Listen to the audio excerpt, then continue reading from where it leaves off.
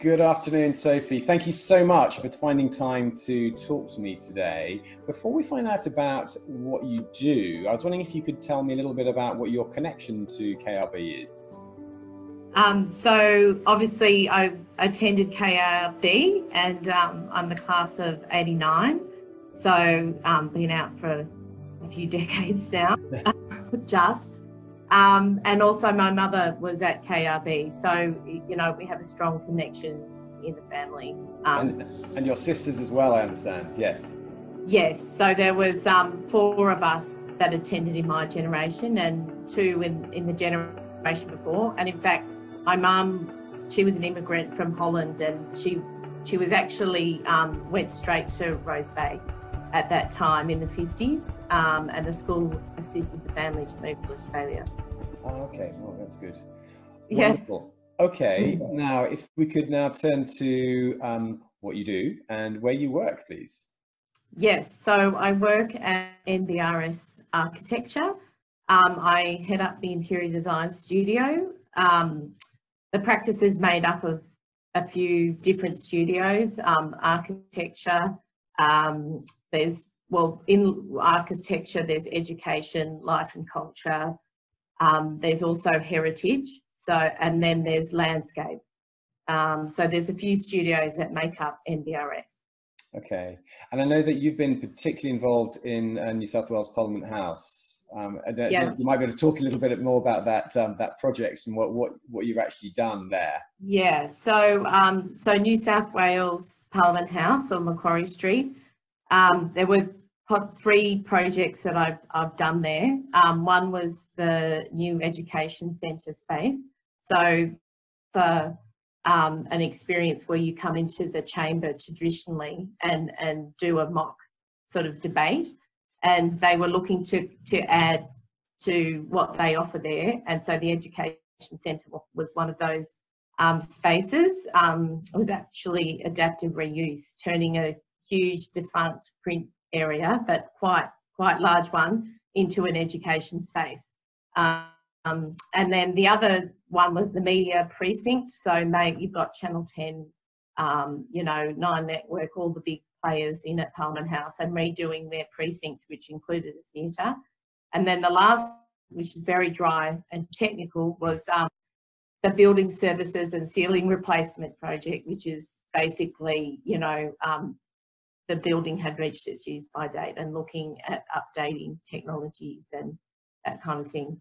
Can I ask, yes, what are the things that you most like about your job, and what are the things actually which you perhaps don't like about your job? Yeah, I thought about that. I think what I like and dislike is almost the same thing, in that you're creating something very tangible, and at the end of the day, everyone's going to look at that and either you know, judge it in a sense, or hopefully enjoy it.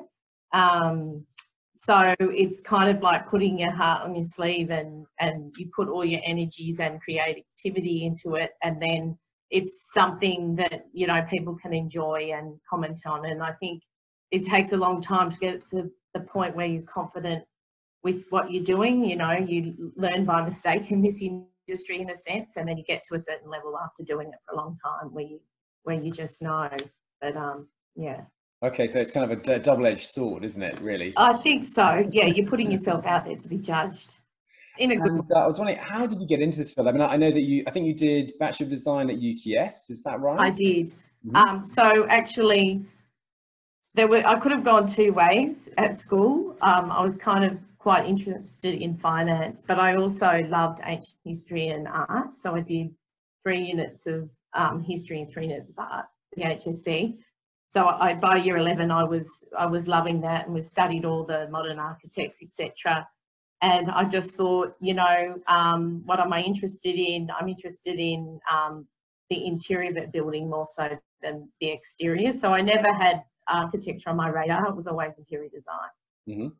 Okay, and then from there, where did you go from there? So I went straight from school, ticked a box, ended up at UTS, which was probably the best course, I'd say, the best degree around at that time.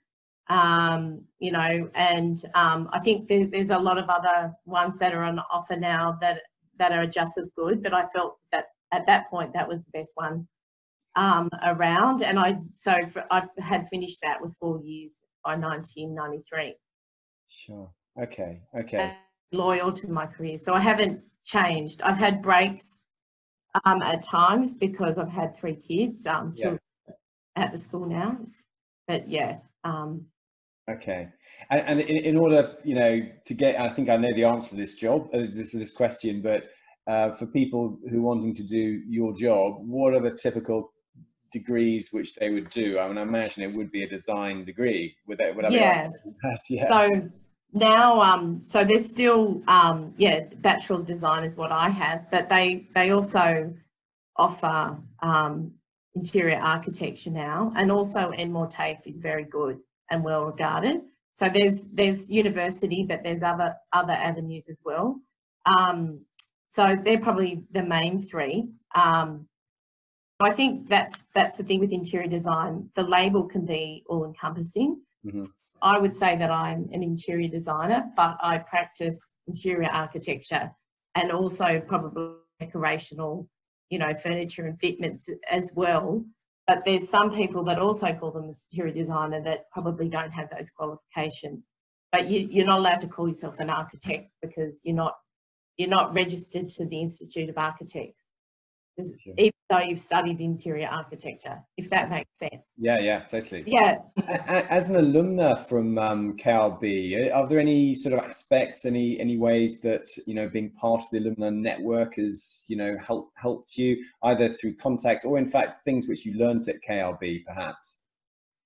Yeah, so I think, yes, you know, I have people who are my contemporaries, if you like, that came up through KRB with me, and you know, I have worked with them. You know, I work with the Australian Museum, and there's someone from the year of '89 that works there, and other property companies. So that's great if you can use those comfortable connections and work together, and that's always been a success.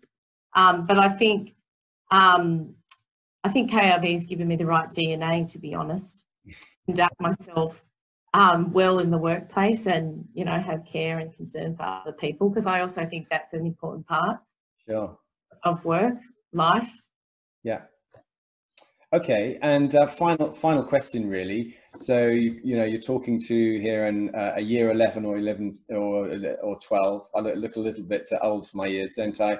But what if there was one piece of advice you'd give them in order to, and if they wanted to come into your field of work, what would be that piece of advice?